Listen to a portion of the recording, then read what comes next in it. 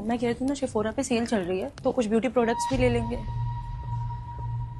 पापा मैं और प्रिया शॉपिंग के लिए मार्केट जा रहे हैं। वो एक्चुअली ठंड के लिए कुछ कपड़े खरीदने थे, तो आपके लिए कुछ लाना है तो बता दीजिए। नहीं बेटा, मुझे कुछ नहीं चाहिए, तुम जाओ। सुनो, पापा के लिए शॉल ले लेंगे, पुरानी हो गई है। नहीं बहू, ये शॉल पुरानी जरूर है लेकिन गर्म है और इससे सुलोचना की यादें भी जुड़ी हुई है, तो जब तक चल रही है इसे ही ओढ़ूंगा। ठीक है पापा जी, जैसी आपकी मर्जी। चलो। अच्छा पापा, प्रिया बता रही थी कि आजकल आप डायरी बहुत लिखते हैं, तो आपको स्टेशनरी का सामान, कॉपी किताब या फिर कुछ भी खाने पीने का चाहिए हो तो बता दीजिए, मैं आते हुए ले आऊंगा। चल तो इतनी जिद कर रहा है तो एक काम कर,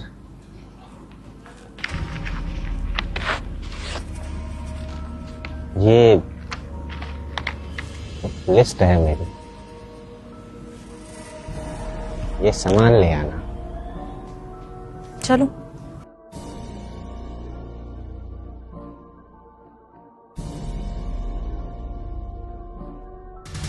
बस ये चाहिए, कुछ नहीं चाहिए बोलते बोलते भी ना इतनी लंबी लिस्ट पकड़ा दी है तुम्हारे पापा ने। और जब मैं प्यार से बोल रही थी कि मैं शॉल ले आऊंगी तब मना कर दिया। मुझे तो लगता है दिमाग खराब हो गया उनका। प्रिया क्यों अपना मूड खराब कर रही है? और पापा ने छोटा मोटा सामान ही मंगवाया होगा, मिला तो ठीक है, वरना लिस्ट वापस कर दूंगा। एक बार खोल के देखो तो सही, क्या क्या डिमांड रखी है तुम्हारे पापा ने। अभी चलते हैं, बाद में देखेंगे, ठीक है?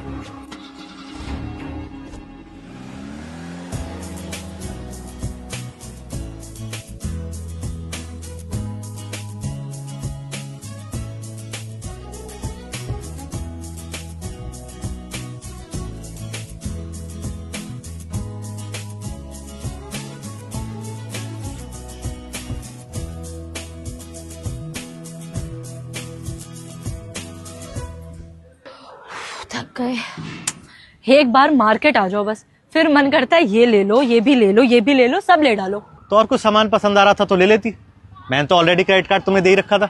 मैं तो सामान से पूरी गाड़ी भर देती, लेकिन घर ले जाते ही तुम्हारे पापा जी, उनकी आंखें फट जाती। शिट यार, पापा का सामान तो लेना ही भूल गए। चलो जल्दी से मॉल चलते हैं। नहीं नहीं नहीं नहीं नहीं, मॉल जाने की जरूरत नहीं है। मॉल में सामान बहुत महंगा मिलेगा। यहाँ पास में एक लोकल मार्केट है, वहां से ले लेंगे। प्रिया, शादी के बाद ना पापा ने पहली बार कुछ सामान मांगा है, तो बेशक महंगा मिले लेकिन लेंगे मॉल से ही। करनी तुम्हें अपने मन की है तो एक काम करो, तुम खुद मॉल जाओ और सामान लेके आओ। मैं दोबारा मॉल नहीं जाने वाली। ठीक है, एक बार पढ़ लेता हूँ क्या क्या सामान है। कभी मेरी बात सुननी ही नहीं होती, हमेशा अपने मन की करनी है।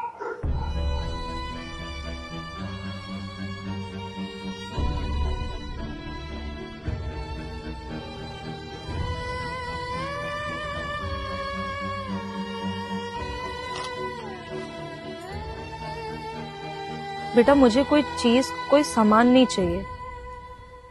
तूने मुझे बिना मांगे सब कुछ दिया है, बस मुझे कमी है तो तेरी, अपनी संतान की। हाँ बेटा, मुझे तेरा थोड़ा सा समय चाहिए, वही समय जो तू शादी से पहले मुझे दिया करता था। मेरे और सुलोचना के साथ बैठकर सुबह की चाय पीता था, कुछ हमारी बातें सुना करता था, कुछ अपनी बताता था। याद है रीना से अपने संबंध के बारे में तूने हमें चाय पीते हुए ही बताया था। बहुत अच्छा समय था वो।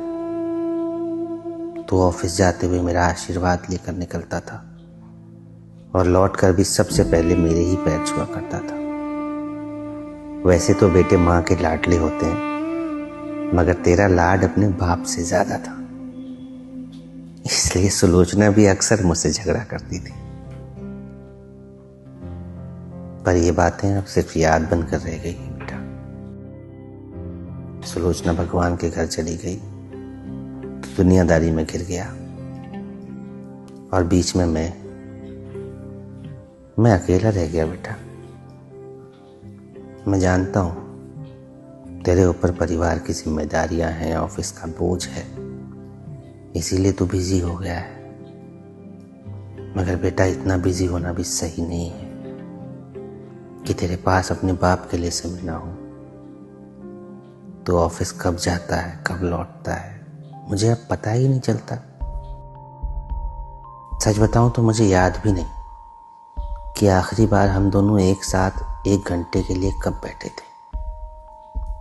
बीच में मैं बीमार हुआ था, अस्पताल में एडमिट रहा। तूने मेरे लिए एक नर्सिंग स्टाफ तक का अरेंजमेंट करा। लेकिन क्या एक बेटे का फर्ज बस इतना ही है? नहीं बेटा, मुझे ये वाला बेटा नहीं, वो पुराना वाला चाहिए जिसके पास मेरे लिए समय था। अगर हो सके तो जब तक मैं जिंदा हूं मुझे अपना थोड़ा सा समय रोजाना आधा से 1 घंटा दे दे बेटा, क्योंकि शायद आगे मेरे पास ज्यादा समय नहीं बचा है।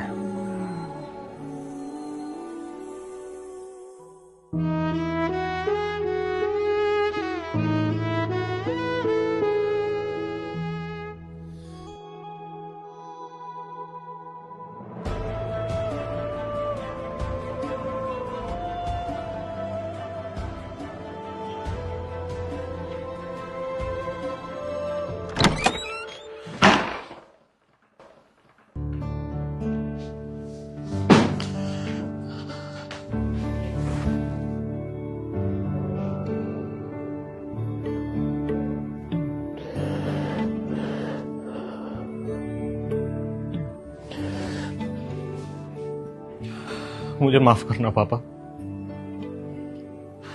मैंने आपको मेरी जिम्मेदारी समझा। मैं भूल गया था कि बाप की सेवा करना बेटे का फर्ज होता है, कर्ज नहीं।